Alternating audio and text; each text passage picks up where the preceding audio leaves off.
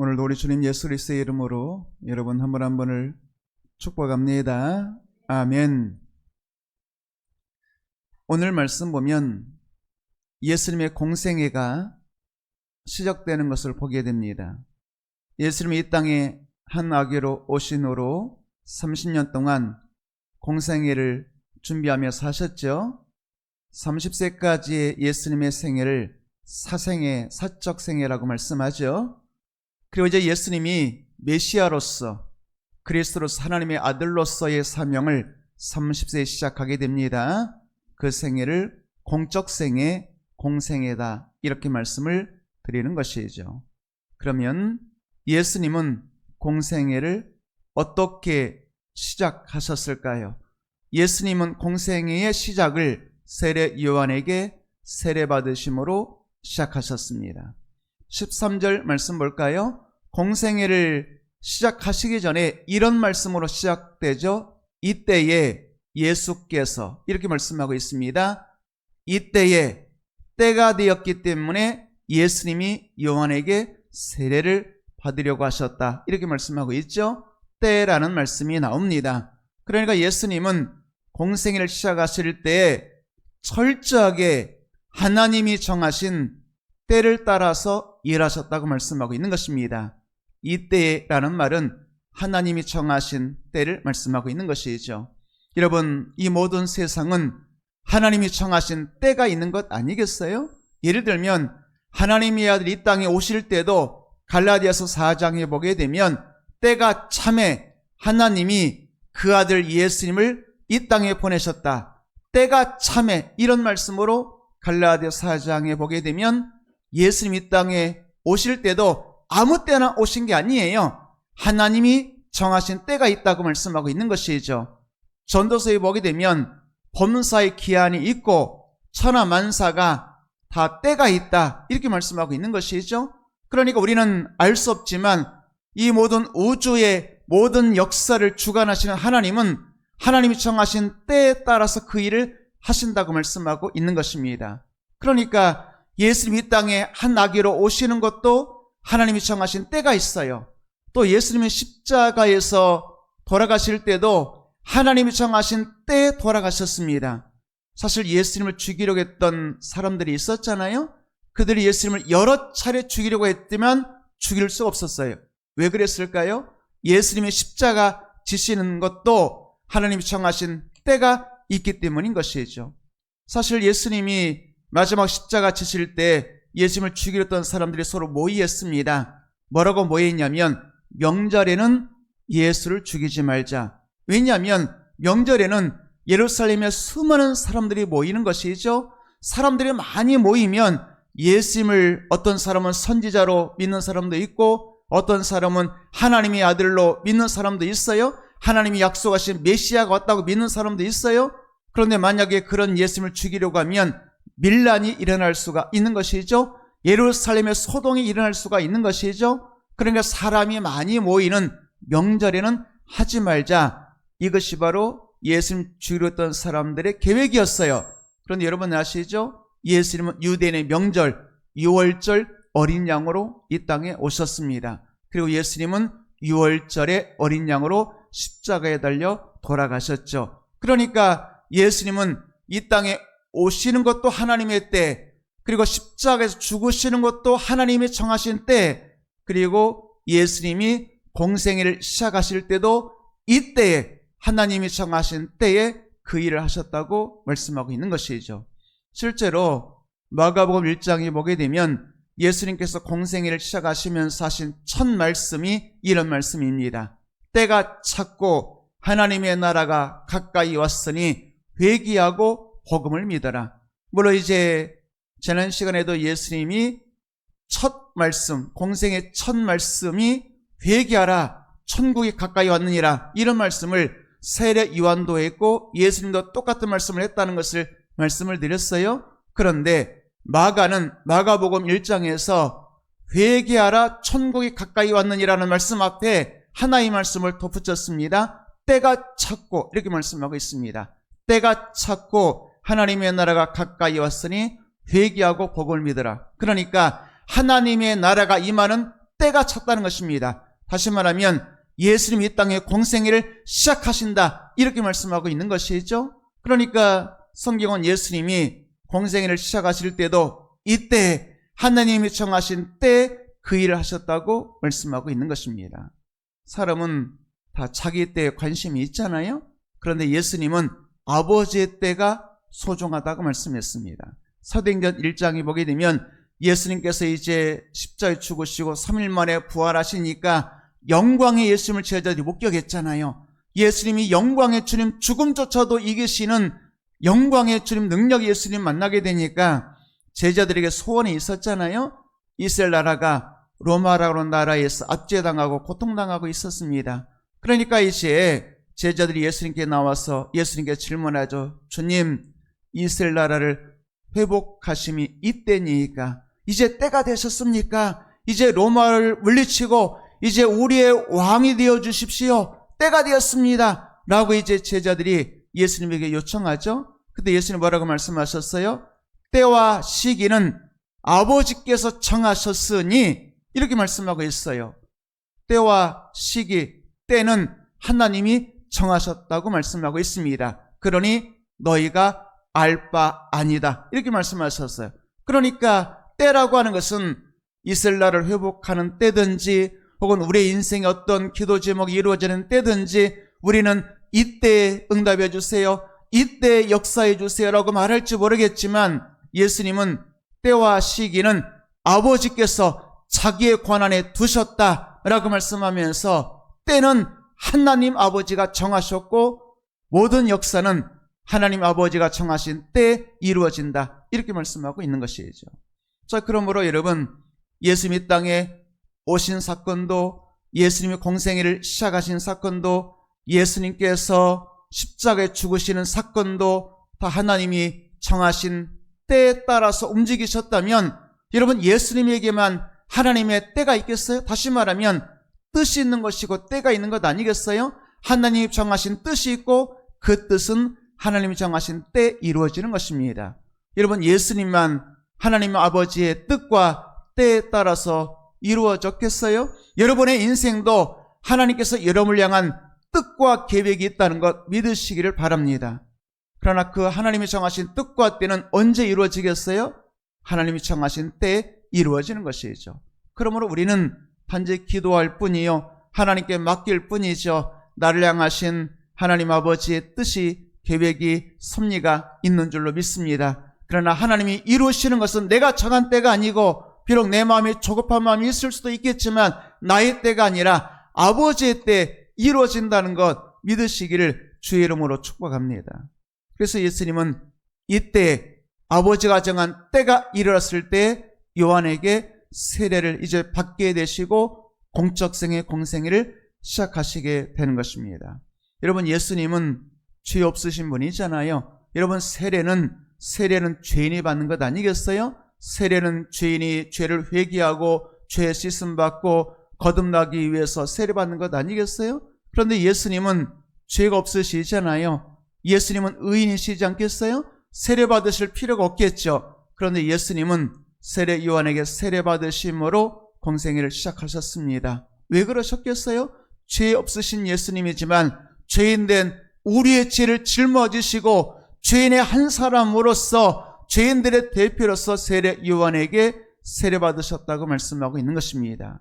예수님 받으신 이 세례는 십자가의 세례로 연결되는 것이죠.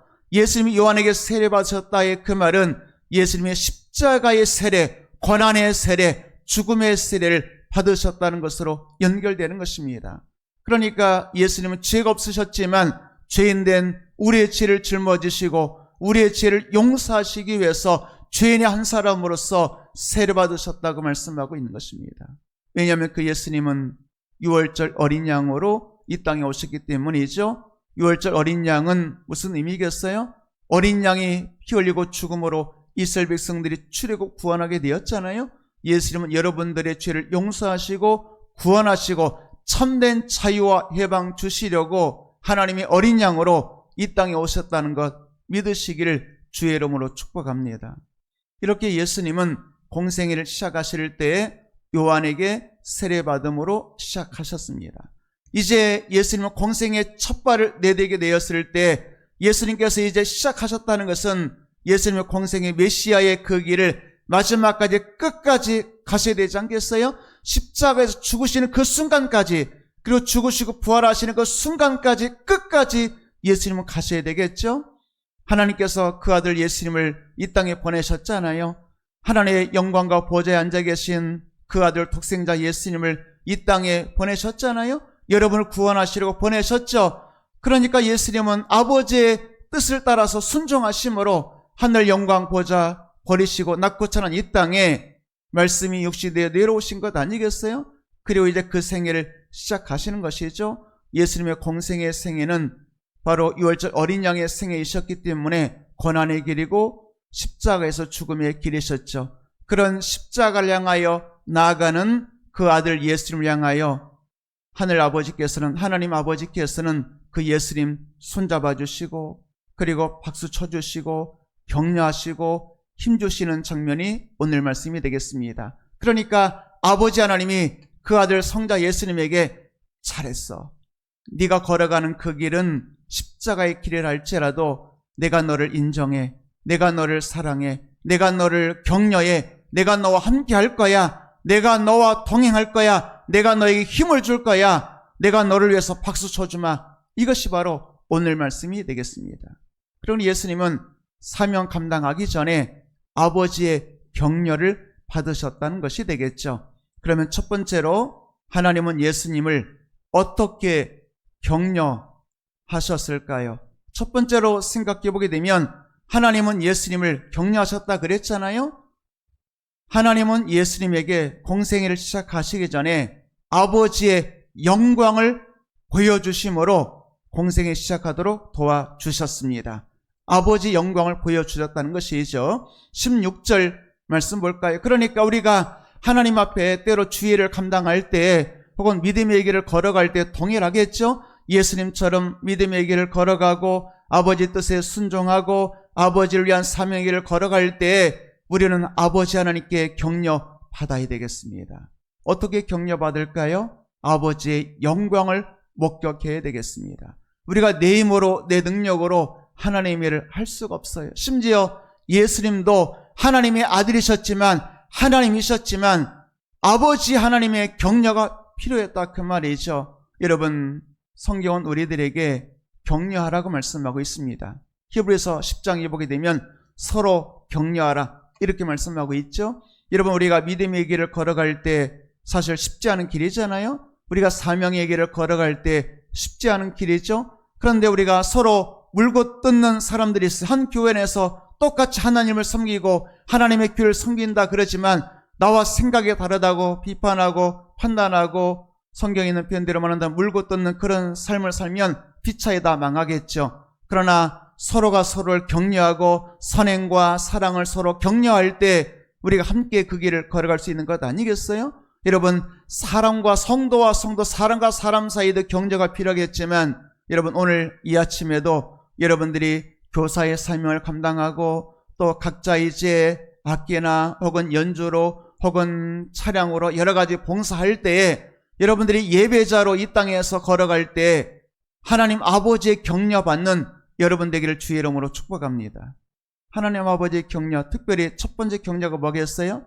아버지의 영광을 목격해야 되는 것입니다.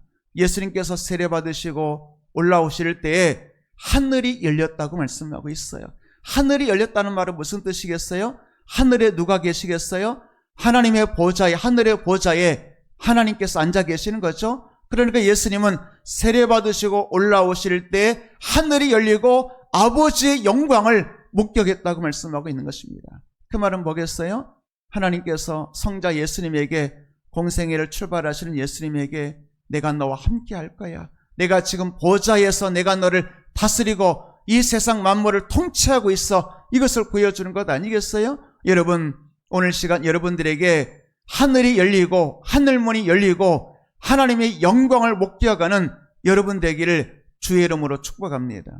사도행전 7장에 보게 되면 그런 말씀이 있잖아요. 스데반이 복음 전하다가 돌에 맞는 장면이 나옵니다. 여러분, 스데반이 복음 전하다가 고난당하고 욕먹고 돌에 맞고, 물론 여러분들도 주의를 하다가 때로 오해받고 누군가에게 욕을 먹고 오해당하고, 심지어 물론 스데반처럼 돌에 맞는 경우는 없겠습니다만, 그런 고난의 길을 걸을 때 스데반이 돌에 맞으면서도 자신의 믿음과 사명을 끝까지 포기하지 않을 수 있었던 것은 스데반이 하늘문이 열리고 하나님의 영광을 목격했기 때문이죠. 사도행전 7장에 보게 되면 이런 말씀이 있습니다. 돌에 맞으면 스데반이 뭐라고 말하냐면, 보라, 하늘이 열리고 내가 하나님의 영광을 보노라. 하늘이 열리고 하늘문이 열리고 하나님과 그 우편에 서 계신 예수 그리스도를 내가 보노라, 이렇게 말하고 있어요. 다시 말해 스데반은 보았다고 말씀하고 있어요. 내가 하늘문이 열리는 것을 보았노라. 내가 보좌에 앉으신 하나님의 영광을 보노라. 그 보좌 우편에 나를 받으시려고, 내 영을 받으시려고 서 계신 예수님을 내가 보노라, 이렇게 말했어요. 그러니까 복음 전하다가 고난당하고 돌에 맞고 있는 스데반에게 하나님께서는 하늘문을 열어주시고 하늘문이 열리게 되면 하나님 영광이 보이게 되는 것 아니겠어요? 그리고 보좌 우편에 계신 예수님 보게 되는 것 아니겠어요? 그러니까 스데반이 이렇게 기도하죠. 주 예수여, 내 영혼을 받으시옵소서. 돌에 맞아 죽어가면서 예수님, 내 영혼 받아주세요. 왜요? 지금도 예수님이 하늘문이 열린 그곳에서 영광의 보좌 우편에서 자신의 영혼을 받아주시려 서 계신 예수님을 보니까 주 예수여, 내 영혼을 받으시옵소서. 또 그런 영광을 보니까 돌 던지는 사람들을 미워하고 주여, 저들을 저주합니다, 심판하세요 라고 그렇게 기도한 것이 아니라 주여, 저들의 죄를, 그들의 죄를 용서해 주세요라고 용서의 기도드리는. 여러분 한번 상상해 볼까요? 누군가 나에게 돌을 던지죠. 말로 상처 주는 정도가 아니에요. 말로 상처 주는 정도가 아니라 실제 돌을 던졌죠. 살이 찢기고 피가 튀고 뼈가 부러지는 그 순간에 돌 던지는 사람들을 향하여 용서해달라고 기도할 수 있었던 스데반, 어떻게 그럴 수 있었겠어요? 스데반이 본래 성품이 착해서 그랬겠어요? 스데반이 본래 용서의 사람이라 그랬겠어요? 그런 게 아니에요. 하나님의 영광을 목격하면 삶이 달라지는 거예요.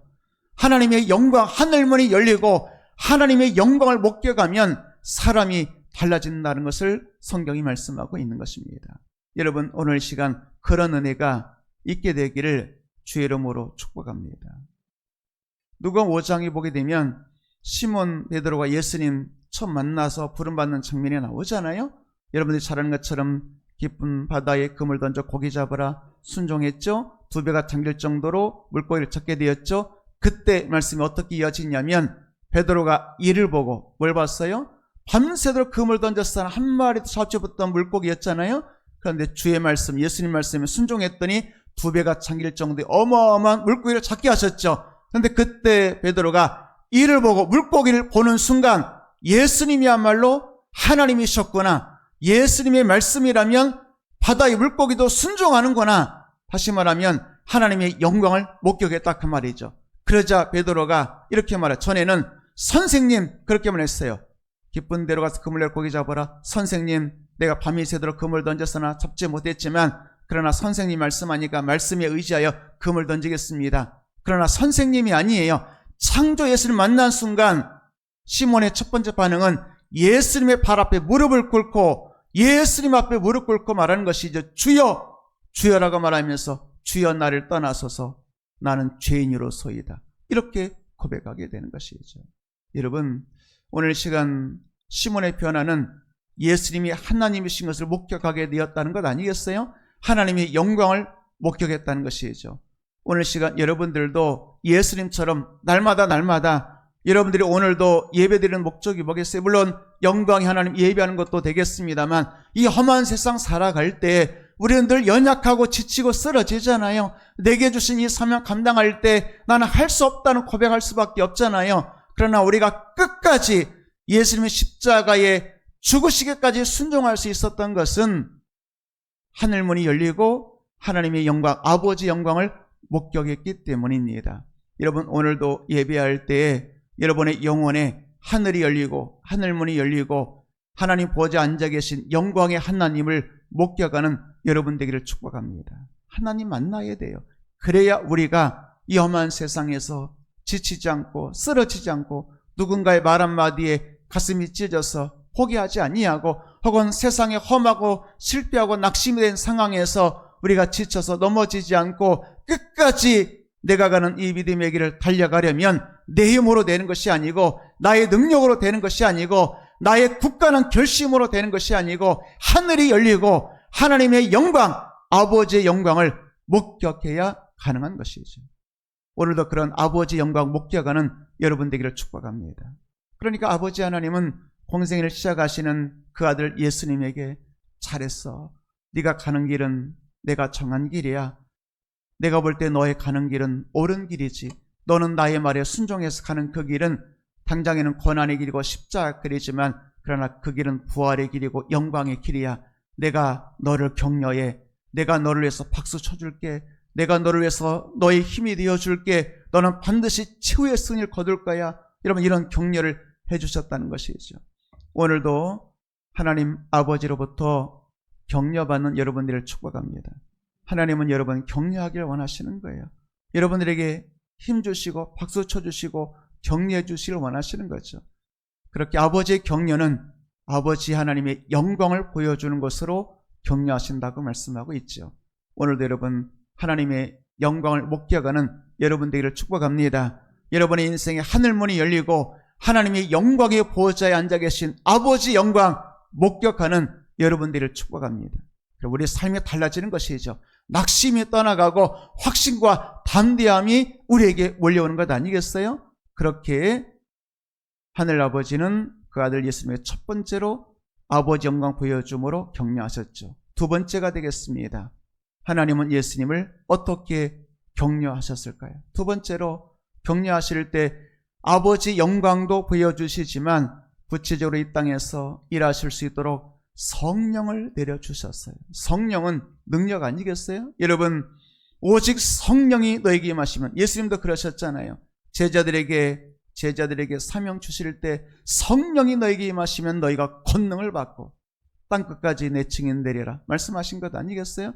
그러니까 성령은 하나는 하나님이 영이니까 내가 너와 함께 한다는 것을 성령으로 보여주시는 것이고, 또 하나는 성령은 능력이니까 내가 너에게 능력 주겠다. 그러니까 성령을 내려주셨다의 의미는 하나는 내가 너와 함께 한다. 성령은 하나님의 영 아니겠어요? 그러니까 내가 너와 성령으로 나의 영으로 함께한다. 그런 의미도 되겠고, 나의 영은 능력이다. 그러니까 내가 너와 함께하마 내가 너에게 능력을 주리라. 이런 말씀 아니겠어요?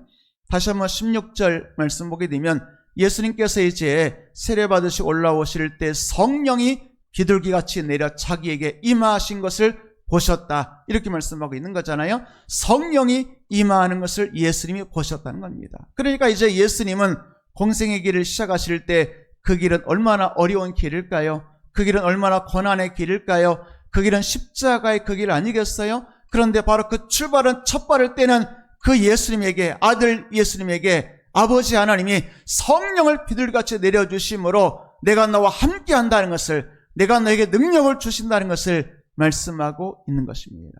여러분 오늘도 하늘 아버지 하나님께 격려받는 시간 되기를 축복합니다. 하나님은 여러분들을 내가 너와 함께한다, 내가 너를 도와준다, 너의 가는 길을 내가 지지해 줄게, 내가 인정해 줄게, 내가 너에게 힘을 줄게, 내가 너를 격려해 라고 말할 때, 우리가 하나님께로부터 격려받을 때 내 마음에 지치고 피곤하고 눈물나고 슬픈 일이 있었지만 그러나 여러분의 마음속에 기쁨이 충만해지는 순간을 경험하게 되잖아요. 언제였겠어요? 여러분들이 하나님의 영광을 목격할 때, 또 하나는 성령이 내게 임할 때, 성령이 오셨네, 성령이 오셨네. 여러분 성령이 임하게 되면 여러분 기쁨 충만한 삶을 살게 되는 거 믿으시길 바랍니다. 그러니까 우리는 주일 하기 전에 그런 노래도 있잖아요. 일하기 전마다 너 기도하라, 그런 찬송이 있잖아요. 여러분 우리가 주일 하기 전에 내 힘으로 내 결심과 노력으로 주일하면 지치고 쓰러져요. 그러나 성령 받고 성령의 힘으로 감당하면 여러분들은 능력 있는 삶을 살게 될 줄로 믿습니다. 그래서 하나님은 우리를 격려하실 때도 성령을 내려주심으로 우리를 격려하신다고 말씀하고 있는 것이죠. 여러분 오늘 예배 시간에 하나님께서 하늘문을 여시고 성령을 부어주시는 비둘기같이 혹은 물같이 여러 가지 성경은 말씀하고 있습니다. 오늘은 비둘기같이라고 말씀하고 있습니다만 비둘기같이 물같이 불같이 내려주시는 성령을 경험하는 여러분 되기를 주의 이름으로 축복합니다. 여러분, 성령이 여러분 안에 이제 계시잖아요. 여러분 안에 계신 성령을 느끼고 깨닫는 이 시간 되기를 축복합니다. 고린도전서 3장에 보게 되면 너희가 하나님의 성전인 것과 하나님의 성령이 너희 안에 거하시는 것을 알지 못하느냐. 그러니까 낙심하고 지치고 피곤해 있는 우리들에게 하나님 말씀하시죠. 너는 나의 성전이야. 성전이라는 말은 뭐겠어요? 성전은 하나님이 계시는 곳이 성전이잖아요. 그러니까 우리가 하나님의 성전인 것과 너희가 하나님의 성전이라는 말은 그 성전 안에 하나님이 계신다는 거예요. 그리고 하나님은 어떻게 우리 안에 계셔요? 성령으로 계시는 거예요. 그러니까 너희가 하나님의 성전인 것과 성령이 너희 안에 거하시는 것을 알지 못하느냐. 여러분 안에 성령이 계시는 것 믿으시기를 축복합니다. 사실은 하나님의 아들이신 예수님이 이 땅에 오신 목적도 우리 안에 거하시기 위해서, 거한다는 말은 산다는 뜻이에요. 여러분 아시잖아요. 요한복음 1장이 보게 되면 말씀이 육신이 되어 우리 가운데 거하심에, 우리 안에 사신다는 거예요. 거하심에 우리가 보니 독생자의 영광이요 은혜와 진리가 충만하더라. 하나님의 아들이신 예수님이 이 땅에 왜 오셨겠어요? 말씀이신 예수님이 육신을 입고 이 땅에 왜 오셨겠어요? 말씀이 육신이 되어 우리 가운데 우리 안에 거하신다는 말은 우리의 안에 사신다는 것 아니겠어요? 예수님 우리 안에 살기 위해서 오셨어요. 그런데 육신을 입으신 예수님 우리 안에 살 수는 없으시겠죠? 그렇기 때문에 예수님은 예수 그리스도의 영 성령으로 우리 안에 거하시기 위해서 이 땅에 오신 겁니다. 그래서 말씀이 육신이 되어 우리 가운데 거하시매 너희 안에 성령이 거하시는 것을 알지 못하느냐. 여러분 안에 성령이 지금 계시다는 것.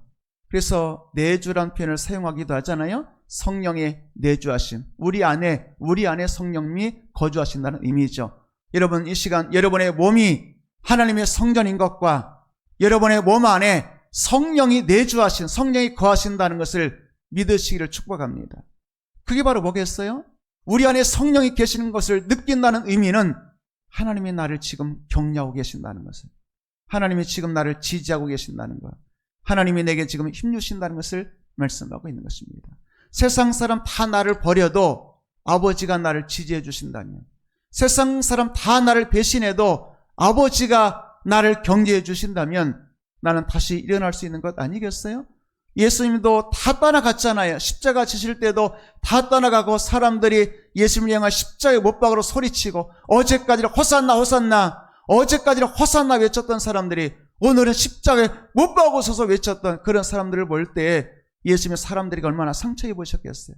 아니 3년 동안 예수님 따라다니면서 예수님을 사랑하셨던 제자들, 예수님이 힘들다고 고난의 길을 걷는다고 말하니까 베드로가 내가 죽어도 주님 배반하지 않겠습니다. 다 주를 부인해도 나는 부인하지 않겠습니다. 그런 시몬조차도, 베드로조차도 예수님 붙잡으실 때 도망갔다는 거 여러분 아시잖아요? 또 여러분 3번이나 예수님 모른다고 부인했다는 건 아시잖아요? 얼마나 힘드셨겠어요. 예수님의 십자가는 육체가 찢어지는, 못 박히고 찢어지는 고통만이 고통이 아니라 사랑하는 사람에게 배신당할 때 그 고통이야말로 가장 큰 고통 아니겠어요? 그런데도 예수님이 끝까지 십자가의 길을 포기하지 않고 걸어가셨던 것은 하나님의 영광을 목격하고 성령이 임하셔서 성령이 그 안에 계신 거고 성령이 예수님을 지지하고 성령께서도 성자 예수님에게 늘 격려하고 지지하는 것을 느끼셨기 때문 아니겠어요? 여러분 우리가 주의 길을 끝까지 걸어가려면 성령의 지지가 필요합니다. 그래서 오늘도 여러분 성령 충만 받기 위해서 기도하는 여러분들을 축복합니다. 성령 충만 받으라고 주님 말씀하잖아요. 성령 받지 않고는 우리가 주의 일을 감당할 수 없기 때문이에요. 성령 받지 않고 우리가 믿음의 길을 걸을 수 없기 때문이에요. 여러분 하나님의 아들이신 하나님이신 예수님에게도 성령이 내려서 성령이 임하셔서 성령의 격려와 지지가 필요했다면 여러분에게야 얼마나 더 성령의 지지와 격려가 필요하겠어요. 얼마나 더 성령의 은혜가 필요하겠어요. 성령을 사모하는 여러분 되기를 주의 이름으로 축복합니다. 세 번째가 되겠습니다. 하나님은 예수님을 어떻게 격려하셨을까요? 아버지 영광을 눈으로 보게 하셨고 성령이 내려서 네 안에 성령과 함께 성령이 동행하는 것을, 네 안에 충만한 것을 느끼게 하셨고, 이제 영광을 보는 것을 넘어서서 아버지의 음성을 듣게 하셨다고 말씀하고 있습니다. 여러분, 오늘도 예배 드릴 때, 오늘 이 예배 시간은 하나님께 격려받는 시간이잖아요. 나 혼자 신앙생활하는 것이 아니라 하나님이 나 함께 하신다는 것을 깨닫는 시간이잖아요. 아버지의 영광, 하늘문이 열리고 아버지의 영광이 목격되어지고, 예배 시간에 성령이 여러분들에게 비둘기같이 물같이 불같이 내리는 것을 목격하고, 또 하나는 하나님께서 내게 말씀하시는 하나님의 세미한 소리, 하나님의 음성, 하나님의 말씀 듣는 시간 되기를 주의 이름으로 축복합니다. 17절 말씀 보도록 할까요? 예수님께서 세례받으시고 올라오실 때 첫 번째로 하늘문이 열렸다. 하늘이 열려고 하는 영광이 보였다. 두 번째, 성령이 내려서 성령이 충만했다. 세 번째로 하늘로부터 소리가 있었습니다. 아버지의 소리죠. 말씀, 아버지의 말씀이었습니다. 그 내용은 이는 내 사랑하는 아들, 내 기뻐하는 자라. 이런 말씀이 되겠습니다. 여러분, 예수님이 하나님의 아들이 아닌 적이 있으셨나요? 영원 전부터 예수님은 성부 하나님의 아들이셨죠. 그런데 오늘 또 성부 하나님은 성자 예수님에게 너는 내 아들, 너는 내가 사랑하는 아들, 이렇게 말씀하셨잖아요. 여러분, 우리가 하나님의 자녀 아닌 적이 없잖아요. 예수님이 십자가에 죽으시고 부활하신 이후로 우리는 하나님의 자녀가 되었잖아요. 그럼에도 불구하고 우리는 오늘도 내가 하나님의 자녀인 것을 하나님이 말씀으로 들려주시는 그 음성이 오늘도 필요한 것 아니겠어요? 여러분, 한번 우리가 하나님의 자녀가 되면 이제 난 하나님의 자녀야, 그걸로 끝이겠어요? 여러분, 예수님은 영원 전부터 아버지의 아들이셨잖아요. 그럼에도 불구하고 또다시 예수님은 너는 내 아들, 너는 내가 사랑하는 나의 아들, 이렇게 말씀하시잖아요. 그 말은 뭐겠어요? 우리는 아버지의 격려가 날마다 필요하다는 거예요. 예수님도 하나님의 아들이셨지만, 예수님도 하나님이셨지만, 아버지의 격려가, 아버지가 말씀하는 너는 내 아들, 너는 내가 사랑하는 나의 아들, 이 하나님의 아버지의 격려가, 음성이 오늘도 필요했다는 것 아니겠어요? 여러분, 날마다 확인받는 여러분 되기를 축복합니다. 머리 숙일 때마다 하나님께서 너는 내 사랑하는 나의 아들, 너는 나의 사랑하는 나의 딸, 너는 나의 사랑하는 나의 자녀, 내가 너를 사랑하지, 내가 너를 위하여 나의 독생자까지 십자가에 내어주었지, 내가 널 얼마나 사랑하는지 너는 알지 않느냐.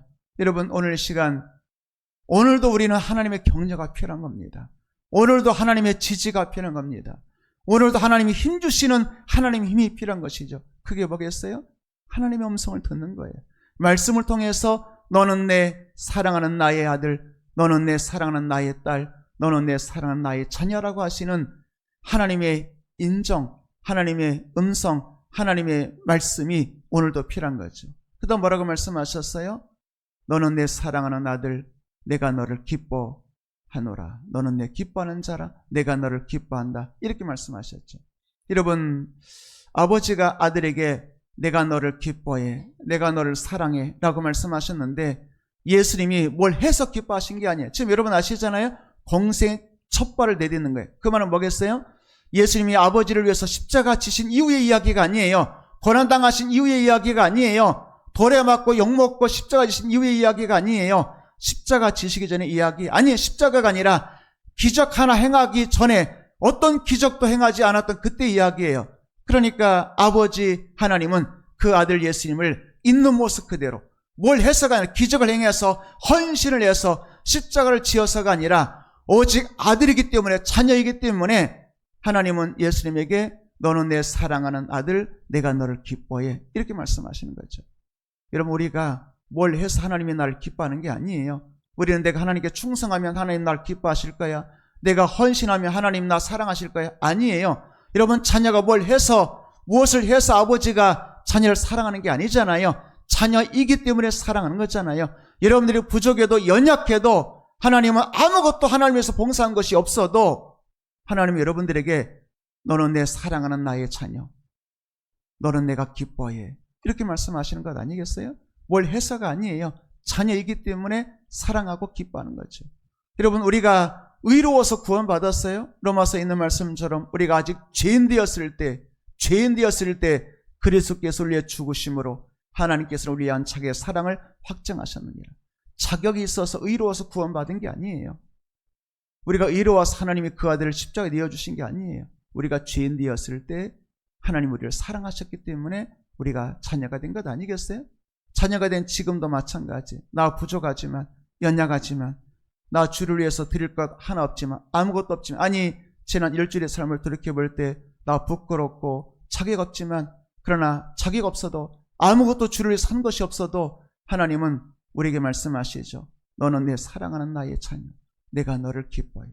여러분, 그 주님의 격려에 감동받아서, 주님의 그 사랑에 감동받아서 이 생명이라도 죽게 드리겠다고 고백하는 것 아니겠어요? 그러니까 뭘 해서 사랑받는 것이 아니라 사랑받았기 때문에 주님을 사랑하기 위해서 오늘도 우리는 교사로서 이른 아침 일어나서 봉사하고 또 각자 맡은 사명 따라서 오늘도 예비하고 주를 위해서 섬기는 것 아니겠어요? 예쁨 받으려고 일하는 게 아니고 복 받으려고 일하는 것을 넘어서서 주의 사랑에 감동돼요. 아버지의 격려에 감동돼요. 나 아무 자격 없지만, 한 것도 없지만 내 아들, 내 기뻐하는 자, 사랑하는 자라고 말씀하시는 아버지의 음성 때문에 오늘도 주를 위해서 봉사하고 예배하는 성도된 것 아니겠어요? 여러분, 오늘 말씀을 통해서 한마디 말씀하자면 성부 하나님은 성자 예수님을 격려하셨다고 말씀했죠. 또 예수님은 아버지의 격려가 필요했다고 말씀드렸죠. 여러분들도 험한 세상 살아갈 때 하나님의 격려가 필요하잖아요. 하나님께서 여러분들에게 어떻게 격려하시겠어요? 뭘로 격려하시겠어요? 첫 번째, 아버지 영광을 보여줌으로, 성령 충만 은혜를 줌으로, 또 아버지의 말씀, 아버지의 음성을 들려줌으로 아버지 하나님은 여러분들을 격려하시죠. 이번 한 주간 그렇게 아버지가 여러분 격려하시고 또 박수 쳐주시고 잘하고 있다고 지지해 주시고 힘주시고 격려하시는 그 아버지 하나님 만나는 한 주 되기를 주의 이름으로 축복합니다. 542장 찬송할까요?